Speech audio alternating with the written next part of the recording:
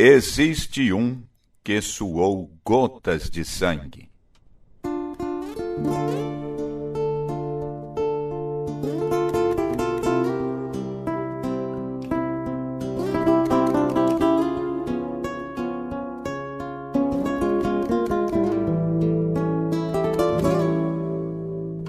Cristo entra no horto a sós, inclina-se a orar. Triste ergue a Deus a voz, dispõe-se a nos salvar. Que angústia ao orar em dor, seu sangue se torna o seu suor. Afasta este cálice meu, ó Pai, se possível for. Quanto sofrimento atroz provou o Salvador. Vede quanto amor por nós, divino e santo amor. Aos ombros suportou a cruz, por nós se dispôs a morte, a dor, mas logo ressurgiu em luz, tornando-se vencedor.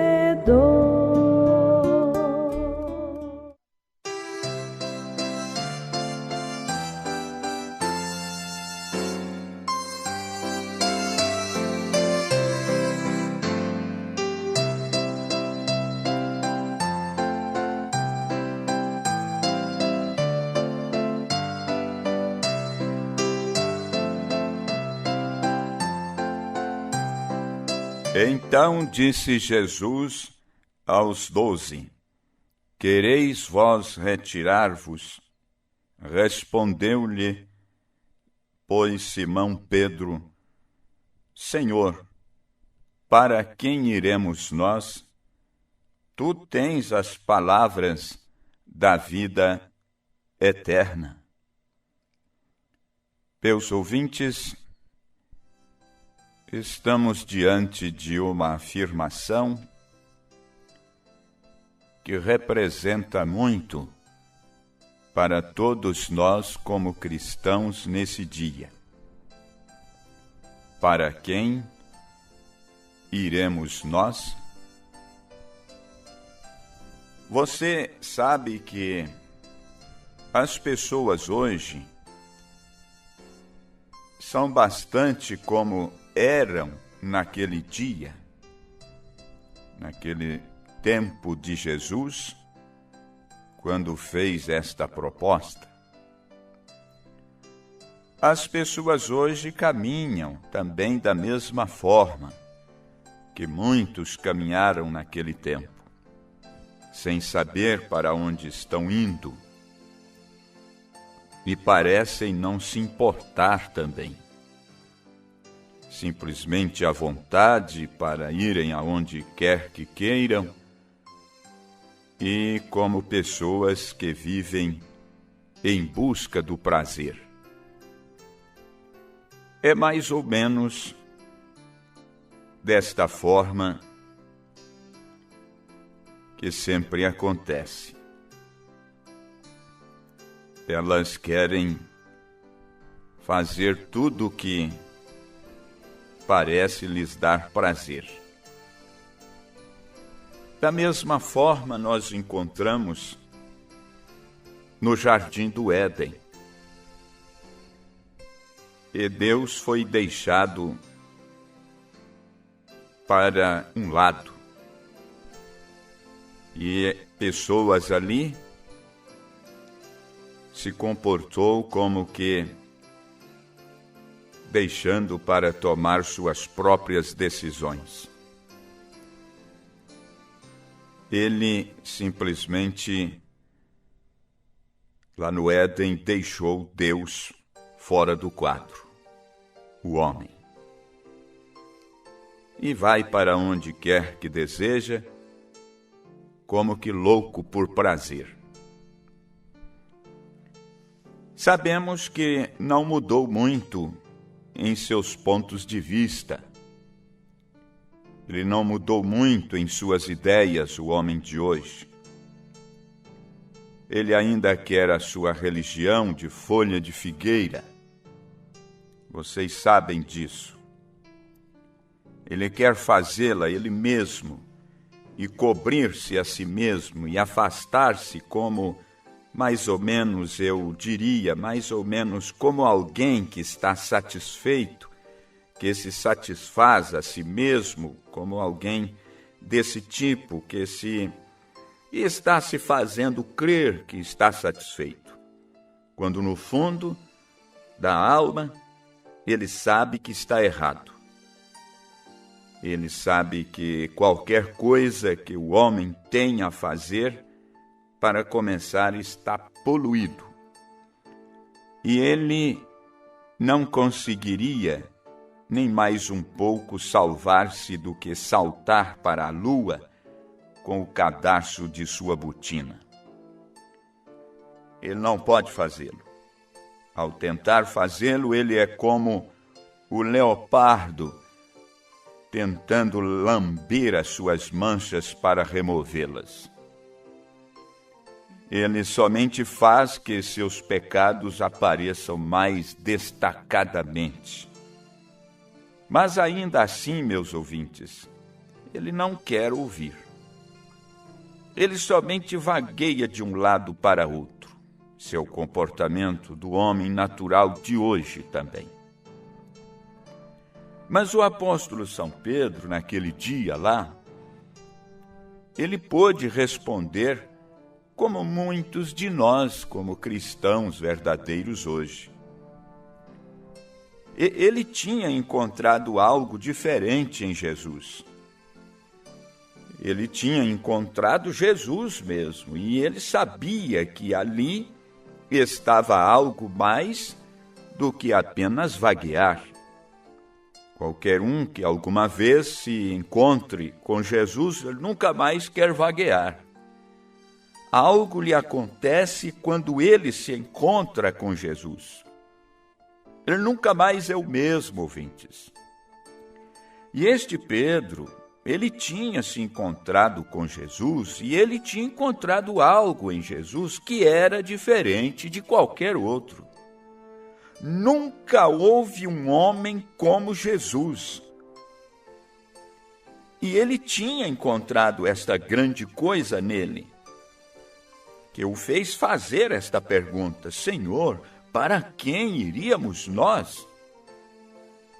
E Jesus disse: se quereis ir com os outros aí, aqueles 70 lá que se espalharam, estáis livres, livremente segue em frente e ide. Mas Pedro disse: para onde iríamos nós? Para quem poderíamos ir? Porque somente tu tens a palavra da vida eterna. Ninguém mais a tinha senão ele. E Pedro tinha estado com ele por tempo suficiente e tinha visto os seus milagres e os seus sinais, as maravilhas de Deus, e sabia que essa era a verdade e que ele tinha a palavra da vida eterna. Oh, meus ouvintes, se somente pudéssemos ficar com ele o suficiente para reconhecer isso, que somente ele tem a palavra da vida eterna. Agora, o que Jesus tinha que era tão diferente de qualquer outro? Porque ele era diferente do rabino. O rabino era um sacerdote. Ele era um mestre, um erudito, não era? O sacerdote era uma pessoa assim. Provavelmente, na instrução do mundo, aqueles sacerdotes eram muito além de Jesus. Não temos registros de que Jesus alguma vez tenha frequentado uma escola ou aprendido alguma coisa do homem. Ele não necessitava disto. Ele era o Filho de Deus. Isto sim, é o que ele era, o Filho de Deus. Era revelado a ele do céu o que fazer. E esta revelação celestial, meus ouvintes, tinha causado tal impressão nestes discípulos que Pedro falou: para quem iremos nós? Para encontrar isto? E é simplesmente tão real nesta hora também. Para onde iríamos nós para encontrar isto, se não viéssemos a ele? Ora, o que é que Jesus tinha que era diferente? Porque ele deveria ser o único. A primeira coisa, veja aqui, Jesus disse: eu sou o caminho. Há somente um céu, e há um Deus, e um caminho para se chegar lá. Não há muitos caminhos, mas somente um caminho para se chegar lá. E Jesus disse: eu sou esse caminho. Nós tentamos fazer outros caminhos. Nós tentamos dizer que há outros caminhos. Temos o caminho do credo, e tentamos seguir isso. Muitos de nós em igrejas temos um certo credo que nós aceitamos e executamos. E isso pode estar bem como cobertura de folhas de figueira.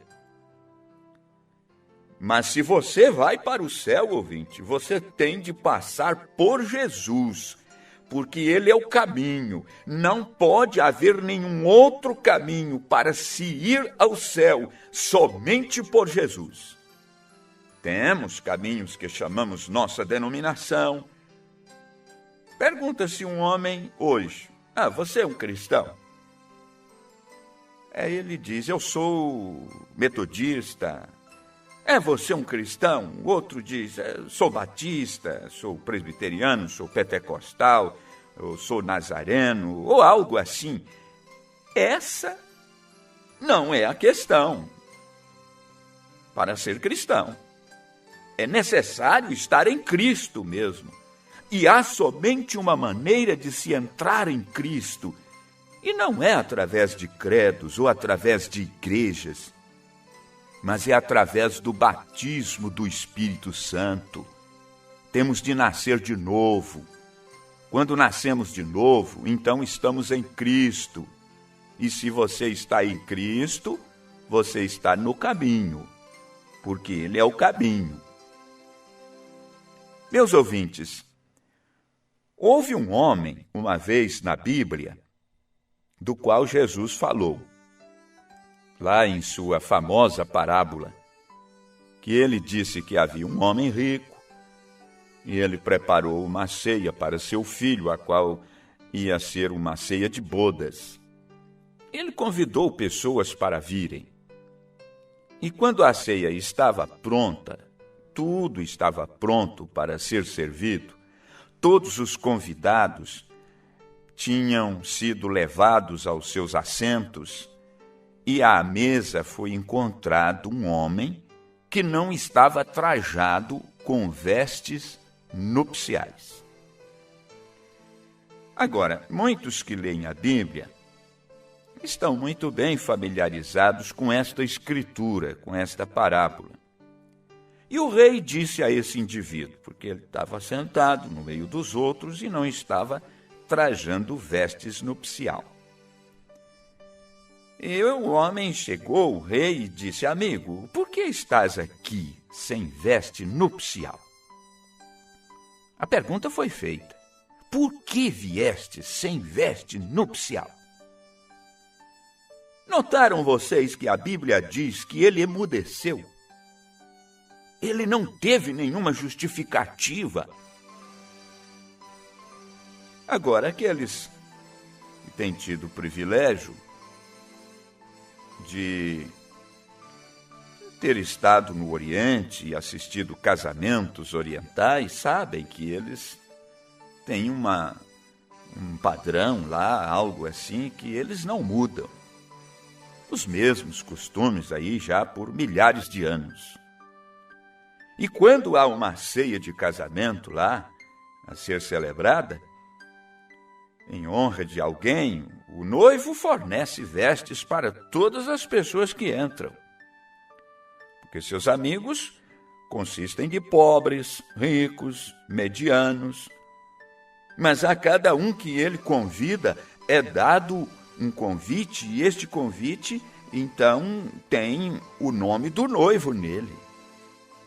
E ele traz este convite à porta. E há lá um porteiro que fica junto à porta e ele tem as vestes. Portanto, um homem chega, muito bem vestido, e o porteiro põe uma veste comum nele. O próximo homem que chega é medíocre, né? Ele não está vestido muito mal, mas ele recebe o mesmo tipo de roupa que o rico recebeu. E então o próximo indivíduo que chega, sem dúvida, que tendo sido convidado à ceia, e tamanha honra para seu amigo, que ele, vejam bem, ele levou suas roupas e fez tanto para se aprontar, mas ele somente fez isto em vão, porque ele tem que receber aquela lá do momento. E assim, meus ouvintes, nós não há nada que possamos fazer acerca disto. Deus proveu nossa salvação através de Jesus Cristo. Não adianta você querer chegar por meio de outra coisa, de outro caminho, de outra forma. Não é pelo que possamos fazer ou por quantas coisas boas que possamos fazer. O que está bem, nada a dizer contra isso, mas é pela graça sois salvos por meio da fé. E então este homem pobre, naquela cerimônia lá, recebe o mesmo tipo de roupa que o homem rico recebeu e o outro homem recebeu. Então, quando estão assentados à mesa, todos parecem iguais. Agora, o que aconteceu com este homem? O que aconteceu? Ele emudeceu quando ele foi interrogado por não estar vestido com veste nupcial, porque ele tinha subido por outro caminho, uma janela, ou entrado por uma porta lateral, ou entrado por algum outro caminho, além do caminho provido para ele. E ele tinha ficado sem receber a roupa. Meus amigos, é assim que vai ser no dia do juízo. Há outros caminhos, eu sei. Há caminhos de igreja, há caminhos de credos, há caminhos de diferentes coisas, mas Jesus disse, eu sou esse caminho. Em São João, capítulo 10, ele disse, eu sou a porta do curral das ovelhas. E as pessoas hoje, do mesmo modo que eram naquela época, elas simplesmente recusam-se a tomar esse caminho. Elas querem seu próprio caminho, elas pensam que é igualmente bom, que é a mesma coisa, que ela vai chegar aonde ela está desejando. Mas se você somente compreendesse que é morte rejeitar esse caminho único, que é o Senhor Jesus Cristo, essa é a razão por que Pedro falou, para quem iríamos nós? Porque somente tu tens vida eterna. Tu és o único e o único caminho que Deus estipulou, e isso é vida eterna. Agora, meus ouvintes, devemos recordar que Ele é o caminho. E se você está em Cristo, você entra em Cristo ao nascer em Cristo. Não adianta dizer às pessoas o caminho. E qual é o caminho? A não ser que se diga como entrar nele. Agora, você nasce em Cristo, você se torna uma parte dele, você se torna uma nova criatura ou uma nova criação. Quando nasce no reino de Deus, você se torna uma parte de Cristo. Quando eu nasci na família Rodrigues, eu me tornei um Rodrigues, por nascimento. É assim que você se torna parte de Cristo. É a maneira como entra no caminho, pelo novo nascimento. Isso mesmo, é assim que se entra no caminho. E Jesus disse, eu sou o caminho, sou o caminho. Então, como você pode procurar por outro, se este é o único caminho? Observa você. A próxima coisa que ele é, além de caminho, ele é a verdade. Não há nada ou ninguém mais que tenha a verdade senão ele. E eu sei que nós temos boatos hoje que vão por aí e dizem assim, bem, agora nós somos a verdade, nós temos a verdade. Vamos a uma igreja e aquela igreja diz, nós temos a verdade. Vamos a outra e dizem também, nossos credos, e temos a verdade. E vamos a outra, nós temos o catecismo de outrora, o mais antigo, nós temos a verdade. Mas, ouvintes, Jesus disse que ele era a verdade, de modo que não se pode ter a verdade até que se tenha Jesus. Como você o recebe? Ao nascer de novo. Mas não se pode ter a verdade até que se tenha Jesus. Não se pode estar no caminho até que se esteja em Jesus. Como se entra nele? A Escritura diz, por um Espírito somos todos batizados em um corpo. Então você está em Jesus, então você está no caminho, então você está na verdade. Jesus disse, eu sou o caminho, a verdade. E outra coisa, Jesus disse, se viemos a ele, ele é a única luz que há. Isso mesmo. Nós queremos discordar disso, mas é verdade. Jesus é a única luz que há. Mas às vezes você diz assim, eu sou um russelita, um campbellita, e seja o que for que você seja, é uma falsa luz isso aí. Talvez você esteja na igreja russelita, talvez você esteja na igreja campbellita, ou em alguma outra qualquer igreja que diz que é luz. Mas até que entre em Jesus, você não está na luz. Você ainda está em trevas. Você não tem luz até vir a Ele, porque Ele é o caminho, a verdade e a luz, e a única maneira de se chegar a Deus. Ninguém vem ao Pai senão por mim, disse Jesus. Assim, você não pode ir a Deus, você não pode ir para o céu, se não entrar pelo caminho que Jesus disse que Ele é esse caminho. Que o seu coração esteja pronto, aberto para receber esta mensagem. É uma advertência lhe chamando a atenção para pensar no que Pedro disse. Para quem iremos nós? Somente de ti procede palavras de vida eterna? Então, esse é o tempo oportuno de você reconhecer Jesus Cristo como seu Salvador. É o que desejamos a todos nesta hora, no precioso nome de Jesus Cristo, o Filho de Deus.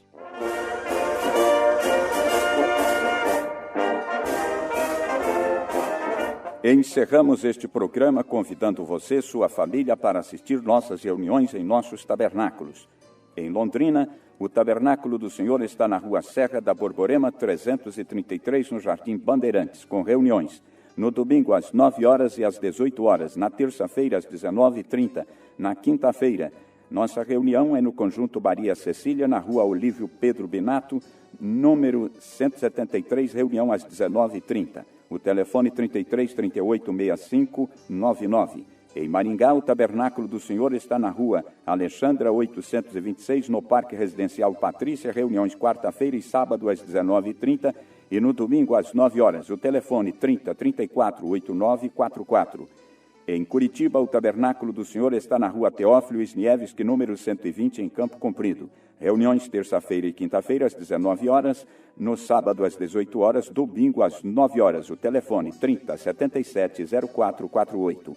Convidamos a acompanhar e participar do programa Momento Jovem, apresentado pelos nossos evangelistas em Curitiba, através do portal www.vencendovemjesus.rg.br, aos sábados a partir das 20 horas e 30 minutos. Tenham todos bons momentos através deste programa. Ouçam também o programa Vencendo Vem Jesus pela Rádio Difusora em Londrina, AM 690, de domingo a sexta-feira às 7 horas. Rádio Atalaia em Maringá, AM 1310, de segunda a sexta-feira às 12 horas, no sábado e no domingo, às 20 horas e 30 minutos. Rádio Continental, AM 1270, em Curitiba, sábado e domingo às 15 horas. Literaturas com mensagens precursoras da segunda vinda de Jesus estão à disposição de todos em nossos tabernáculos nos dias de reuniões. Ouvintes, chegamos ao final. Até o nosso próximo programa, com a fé do Filho de Deus, a fé que vence o mundo.